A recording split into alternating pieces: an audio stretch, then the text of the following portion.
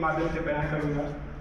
तो भाई साहब थोड़ा अंदर आ जाइए कि आप इस मगध कबीर स्थली पे आए और आपने ये बहुत अच्छा काम किया कि आप एक वीडियो बना रहे हैं, आप लोगों तक जानकारी दे रहे हैं ताकि लोग आएँ जाने समझे और अपनी संस्कृति अपनी विरासत के बारे में अच्छी तरह से मतलब डीपली जाने तो हर चीज़। बिल्कुल ये प्रदर्शनी लगी है पुरातत्व विभाग की तरफ से सर। ये मगध में ये पाषाण काल के सब पत्थर है सर। देखिए कौवा में मिर्जापुर में ये सब शैल चित्र हैं। ये देखिए सर कितना बढ़िया यहाँ पे नाम भी लिखा गया है, चित्र भी बनाए गए, सारी चीजों को क्लियर और स्पष्ट बताया गया है।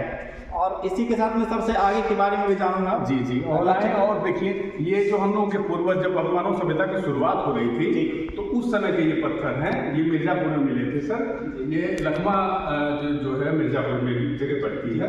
तो देखिए डीपली जाके देखेंगे तो देखिए कितनी पता चलेगा कि धाग कोई लगाया है, तलवार लगा है, मतलब छोटी छोटी चीजों पे देखिए चित्र जो है हमें स्पष्ट किया गया है क्या क्या है और उसे कैसे कैसे वर्क किया गया है, उस चीज के माध्यम से मुझे पता चलता है। अगले चित्र की तरफ पढ़ते हैं हम लोग। ये भंडरिया है सर, मिर्जापुर में पड़ता है। यहाँ पे भी देखिए सर शुक्र बनाया गया है। ये देखिए ये एक अंग्रेज आए थे, वहाँ पे उन्होंने अपना नाम रगड़ के लिखा था तो उसका भी ये है। और आगे बढ़ते हैं। यहाँ पर कवि जी की वाणी बहुत सुंदर लिखी गई है। और इसी के साथ में अगले चित्र की तरफ बढ़ते हैं जिसमें लखनऊ मिर्जापुर की बात ये भी है। ये बहुत देखेंगे तो ये बनाया गया है, ये ऐसे पता चलता है ये। और इधर आते हैं ये भी शैल चित्र जो है कौवा खौफ मिर्जापुर का है। ये पत्थरों खुदाई जब हुई थी तो पता चला कि पुरातत्व विभाग यही होता है, इसलिए है कि खुदाई का पुरातत्व विभाग का काम ही यही है कि पुरानी चीजों को खोद करके निकाल देना और सभी के सामने उसको बयां कर देना, स्पष्ट रूप से कर देना कि यहाँ पर चीजें क्या रखी गई थी, कितने दिन से थी, इस चीजों को स्पष्ट करने के लिए ये देश का गौरव होता है। अपने पूर्वजों के बारे में अभी अपने घर में कोई पुरानी चीज मिल जाती है कितनी खुशी होती है कि हमारे बाप की तो ये देश की चीज है ना, तो ये इसमें तो और मतलब गौरव होता है ना। तो इसीलिए ये देखिए मकमा मिर्जापुर, इसमें एक और देखिए छोटी छोटी चीज बनाई और पत्थरों पर रगड़ के कितना हम लोग इधर काफी कलम नहीं था कि चलिए बनाइए। कह सकते हैं कि जैसे आज के समय में लोगों के पास पेन है, इरेजर है, पेंसिल है, पेंट करने के लिए ब्रश है और कलर है, लेकिन उस समय ऐसा कुछ नहीं था। तो ये पत्थर से पत्थर रगड़ करके बनाई गई कलाकृतियां हैं। इसी के साथ मैं बढ़ता हूँ अगले चित्र की तरफ। ये तो संत कबीर नगर में ही है सर। ये हमारे संत कबीर नगर में है जहाँ की मैं बात कर रहा हूँ। और संत कबीर नगर में है जो आप थोड़ा सा उसके बारे में एक्सप्लेन करेंगे। जी ये तो कबीर साहिब की कौन जानता नहीं, वो वर्ल्ड लेवल की चीज़ हम जी अब आते हैं। ये गंगोला से वाला प्रयागराज में है। ये मतलब जितने प्रदेश में जितने भी अपनी मंदिर हैं और संस्कृति विरासत जो भी है वो पूरा तत्व मतलब अपने अंदर वो करता है। देखिए प्रयागराज आगे बढ़े वही मंदिर की और इस मंदिर की क्वालिटी और क्वांटिटी देखिए कितनी खूबसूरत और कितना सुंदर बनाया गया है। ऐसा लग रहा है कि दीवार में इस मंदिर को यहाँ से पिरोया गया है, एकदम जैसे बोल रहे वो और यहाँ पे कबीर जी की कुछ वाणी को भी रखा गया है जो कि कितना सुंदर और सुसज्जित लग रहा है। इसी के साथ अगले चित्र के पास है किशन नारायण मठ है, घाटमपुर कानपुर देहात में। बहुत अब ये देखिए आप देख के इसको स्पष्ट कर सकते हैं कि इस मंदिर की बनावट कितनी पुरानी रही होगी और इसमें जो कंस्ट्रक्शन का वर्क हुआ रहा होगा वो कितनी मजबूती और क्वालिटी के साथ हुआ होगा, क्योंकि आज के समय में जो वर्क होता है उससे कहीं बेटर इसको माना जाता है, जिसमें अगर एसी की व्यवस्था ना भी हो और धूप कितनी भी तेज हो उससे कोई फर्क नहीं पड़ता मौसम का इन सब मंदिरों के अंदर। ये गुरुधाम मंदिर वाराणसी का है सर। ये बहुत अच्छा मंदिर इसमें भी देख सकते हैं जैसा कि आज लाल पत्थर लग रहा है मंदिरों में, लेकिन यहाँ का प्लास्टर जो चूना और मिट्टी मिला करके बनाया जाता था वह प्लास्टर ही लग रहा है कि अपने आप में एक पत्थर है। ये सोमनाथ मंदिर मणिपुर चित्रकूट का है सर। ये मंदिर मतलब कितनी बार तोड़े गए वो पे गए, लेकिन देखिए फिर भी अभी मतलब हाँ। अब आपके कहने का मतलब है कि इस मंदिर को कितनी बार भी डिस्टर्ब किया गया, लेकिन यहाँ पे जो पत्थर की क्वालिटी और डिजाइन जो बनाया गया था जो अपने आप में ब्रांड होता है, फिर भी इस पत्थर के अंदर वो चमक तब भी थी, आज भी है, उसको कोई मिटा नहीं सका संपूर्ण तरीके से। और ये सबसे यूनिक तो यही है, आपके जिले का सबसे यूनिक चीज। और यहाँ पर हम लोग ऐसी चीज को देख रहे हैं कि जो हमारे बस्ती और संत कबीर नगर में था, पहले बस्ती में था लेकिन अब संत कबीर नगर होने की वजह से संत कबीर नगर में हो गया है, जिसमें आप देख सकते हैं पुरानी कितनी चीजें हैं। जिसमें सबसे बड़ी चीज ये है कि सबसे पहले धान की खेती यहाँ की गई थी, और इसी चीज को लेकर के हमारा मन भी बहुत ही गदगद हो रहा है कि हम भी एक ऐसे डिस्ट्रिक्ट से, ऐसे प्रदेश से हैं कि जहां सबसे पहले किसान के लिए काम किया गया था। किसान की बात नहीं, जैसे यहाँ सभ्यता की शुरुआत यहीं से हुई थी। सबसे बड़ी बात तो यह है धान की उत्पत्ति, मतलब सभ्यता की शुरुआत।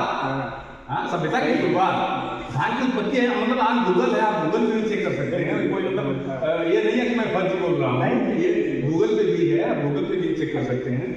भाई साहब के कहने का मतलब ये है कि यहाँ पे चीजें स्पष्ट है, कोई चीज दिखावा नहीं है। जी। और ये अगला नाम है आपके माध्यम से जी, ये उत्तराखंड, ये मलहर चंदौली का है सर।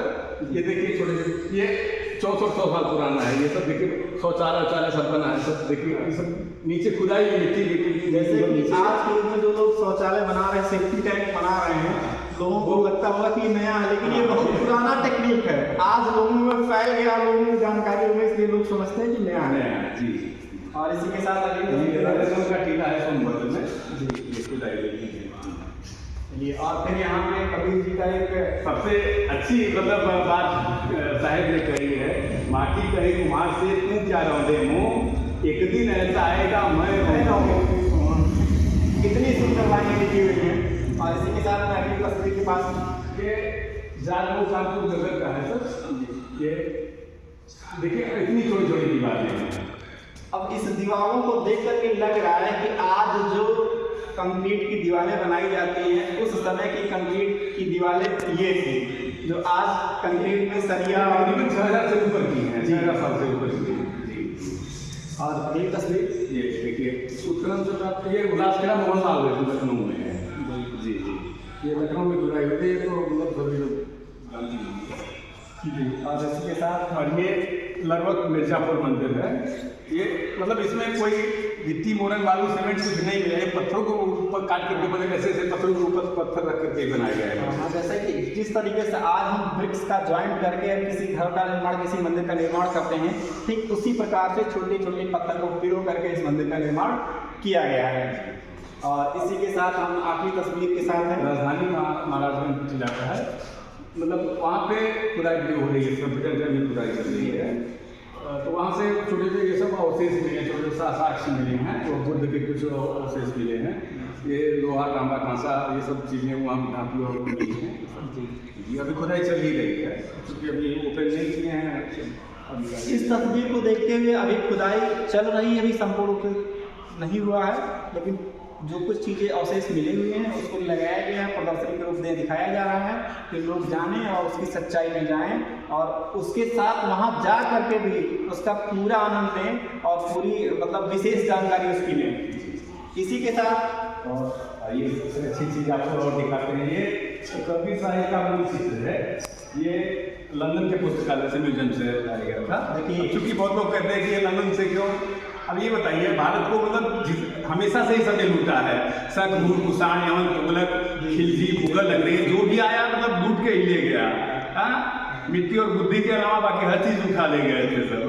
तो ये वहाँ के म्यूजियम में था, तो वहाँ से चित्र आया। जैसे सबके समकालीन कोई ना कोई चित्रकार, गायक कोई होता है ना। हमें लोगों के समय में तो बहुत ऐसे हैं कि अभी देख करके तुरंत बना देंगे आपको, आपका फिगर बना देंगे। जी।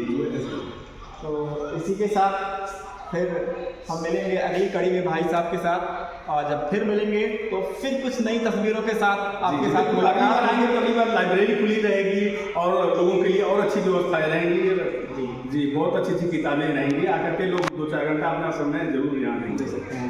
अब भाई साहब के माध्यम से यहाँ पे आने वाले कुछ समय में एक लाइब्रेरी भी रहेगी। इन सब चीज़ों के बारे में जानकारी के लिए आप बुक उठा के पढ़ सकते हैं, समय ले सकते हैं। और अगर आप लोकेशन पर नहीं जा सकते तो यहाँ पर लाइब्रेरी में भी आकर के आप उस चीज़ों को अच्छे से पढ़ सकते हैं और उसके बारे में जानकारी ले सकते हैं। इसी के साथ मैं अपनी वाणी को विराम देता हूँ। धन्यवाद। जय श्री राम।